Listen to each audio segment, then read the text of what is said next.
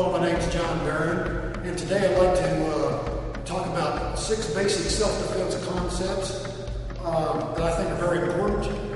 I'd like to act like if this was the first time you came to my self-defense class, these are the first 6 things that I would teach you, and I feel as though if you have an introduction to these things, any person that hasn't been trained very much will have a better chance in a street situation.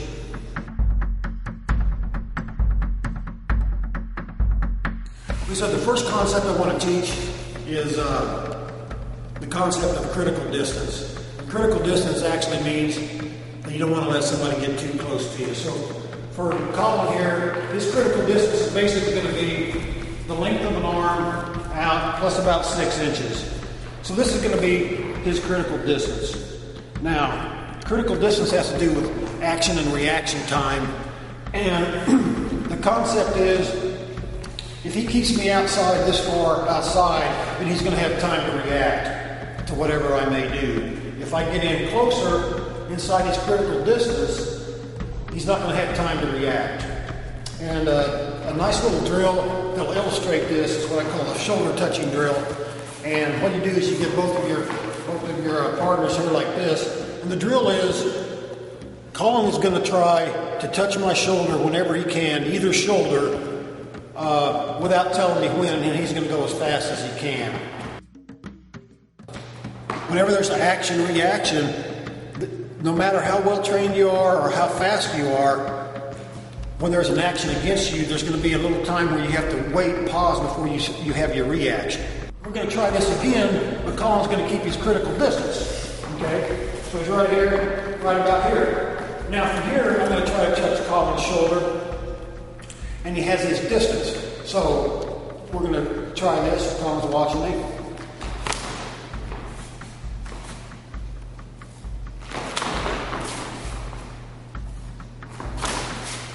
So we had a little more success that way because he had time to react. Now we'll try the same thing with myself to see how we're doing. I'm keeping my critical distance from Colin.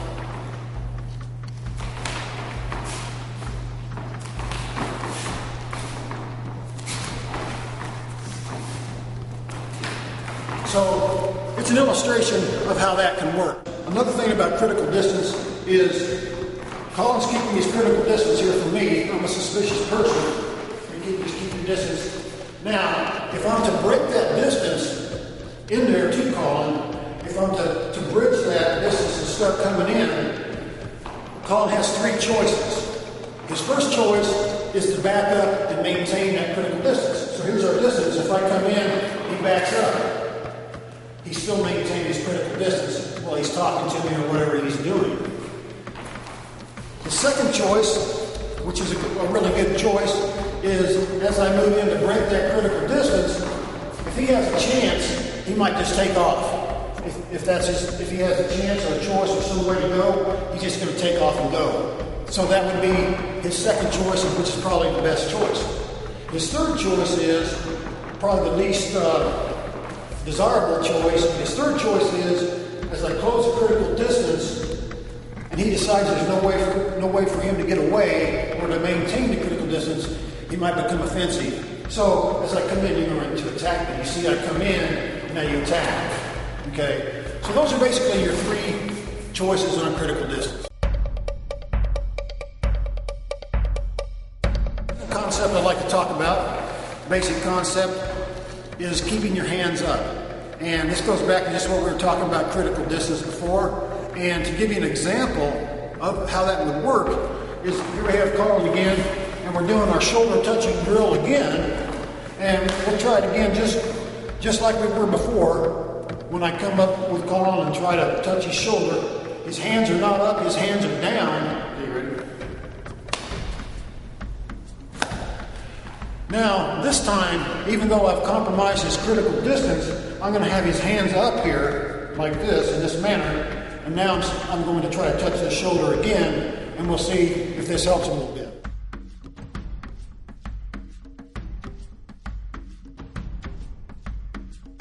You have just a little more of a chance of stopping the strike when your hands are up because you don't have to move from here to here, and it cuts down on your reaction time.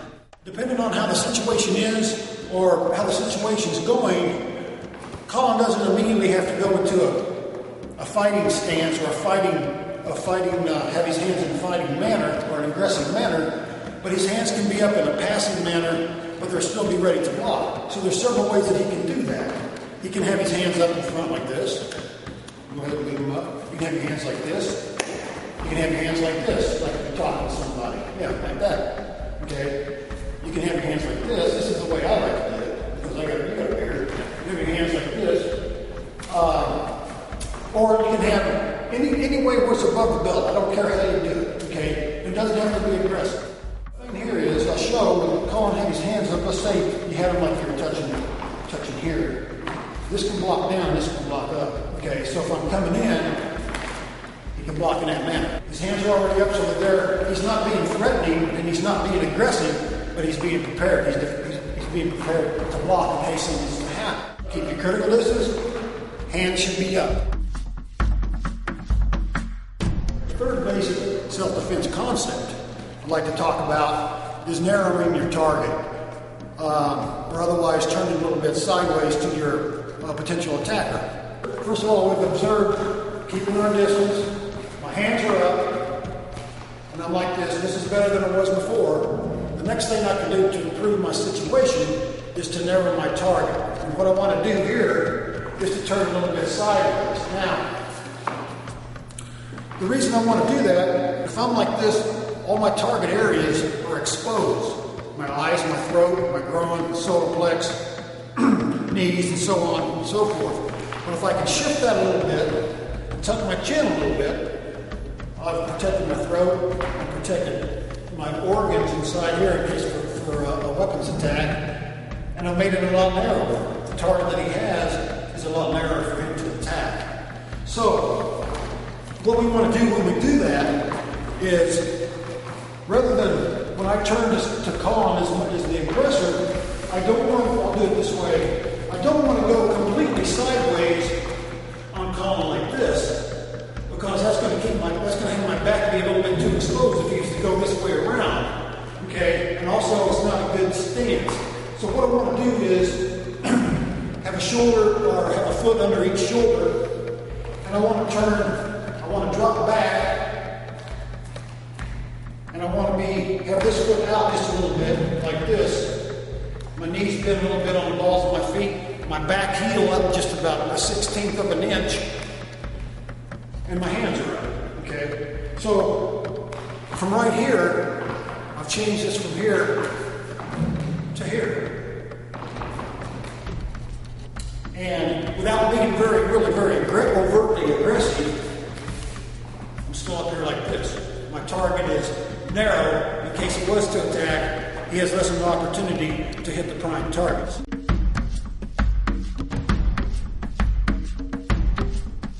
The fourth concept I'd like to talk about is movement, okay, and basically getting out of the line of attack. And the line of attack is basically a line going straight from me to him, because I'm going to go in a straight line to attack him. Now, he's a smaller man than I am, and I have a lot more weight. If he was to stay right where he's at, I might just bowl him over or knock him back to where he can't react, and it's going to cut down on his options. So what he needs to do is to learn how to sidestep, swivel step, or shuffle to the side or off the line of attack. There's three basic ways of movement, and this is a whole field of study unto itself. You can step, putting one foot in front or in back of the other, like this. So if Colin was to attack and I just want to backpedal, I can do it like that. Another way is what we call the shuffle. And a shuffle is the feet stay where they are, but they move backwards like this. This is a shuffle. A side shuffle is the same thing. I want to shuffle to the side. Colin's coming in. This will move forward. Shuffle over here. Okay, it's basically a side step as a shuffle. Like this, he's going to come in. The third way you can do it, and this you'll find this in your Aikido training a lot, is a swivel step. So what's going to happen is I'm like this. I'm just going to pivot on my lead foot or my back foot, coming in and pivot and get out of the way out of it. This time I'll pivot on my back foot and comes in.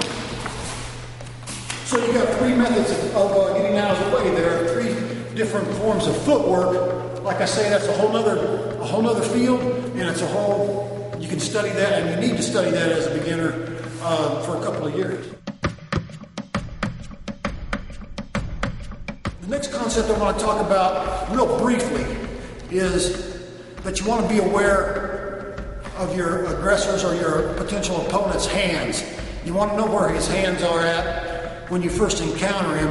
The thing I want you to look out for is, can you see two empty hands, or can you not? If you can only see one hand and one hand is hidden or not well seen, a warning bell should go off in your head then immediately. Because if Colin is the aggressor, or the aggressor, have your hands out in front first. His hands are there. Okay, that's one situation.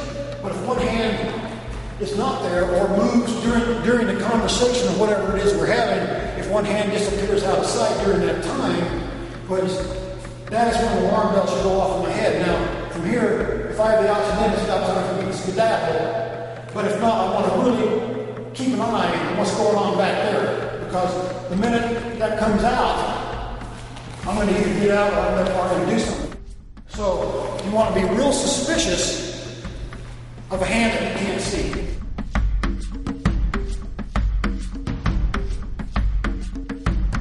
The last concept I want to touch on real quickly. Up until this point, we've talked about just a single attacker. Lots of situations, there'll be multiple attackers. And the last concept that I would like for you to remember is, if you have multiple attackers, you don't want to get caught between the attackers. And what we call that getting caught in the middle. You don't want to get caught in the middle at all costs. If you see it coming on, the best time is when you see it starting, the situation starting to form. Generally, it's a pincher type situation. You don't want to get caught in the middle. You want to get out of that middle. More advanced technique to deal with when you get out and what you can do in a multiple attacker situation. Of course, the best thing you can do is get out of there as fast as you can. But what we're interested in today is just the initial, as the situation is forming, getting out of the middle, getting away from the two attackers so you won't get pinched in by them. I'd like to thank you very much for watching the presentation. Hopefully you can take something of value with you that'll make you safer when you're out on the street. I realize that in an ideal situation that these will work. The situations aren't always going to be ideal. Sometimes you'll be in a crowded environment, such as an elevator or a subway or something like that, and they're not always going to apply.